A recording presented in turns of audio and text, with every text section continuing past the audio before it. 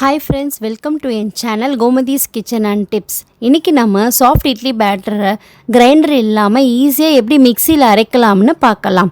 இதுக்கு தேவையான ingredients raw rice 2 cup, idli rice 2 cup, urad dal 1 cup, வெந்தயம் 1 teaspoon. First raw rice urad தாலையும் நல்லா 2-3 தடவை வாஷ் பண்ணுங்க. அப்புறம் இதை 6 hours சோக் பண்ண வச்சுக்கோங்க. 6 hours அப்புறம் பார்த்தா ரைஸும் தாலும் நல்லா சோக் ஆகிருக்கும். நான் இப்போது Butterfly Rapid Plus 750 watts mixie use பண்ணுறேன். நீங்கள் வீட்டில் இருக்கிற எந்த மிக்ஸி வேணாலும் யூஸ் பண்ணலாம்.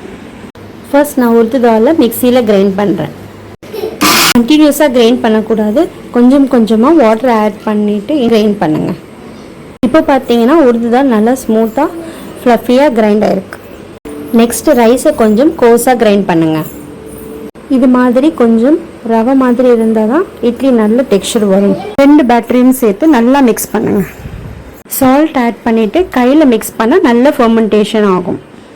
இப்போது இந்த மாவை 8 hours இல்லை ஓவர் நைட் ஃபெர்மெண்ட் பண்ண விட்டுருங்க. நெக்ஸ்ட் டே பார்த்தா பேட்டர் நல்லா ரைஸ் ஆகிருக்கும், சாஃப்டாக ஃப்ளஃபியாக இருக்கும். இப்போது இட்லி ஸ்டீம் பண்ணலாம். Super soft idli ready.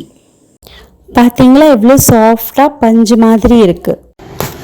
இந்த வீடியோ உங்களுக்கு பிடிச்சிருந்தா லைக் பண்ணுங்கள், ஷேர் பண்ணுங்கள், சேனலை சப்ஸ்கிரைப் பண்ண மறக்காதீங்க.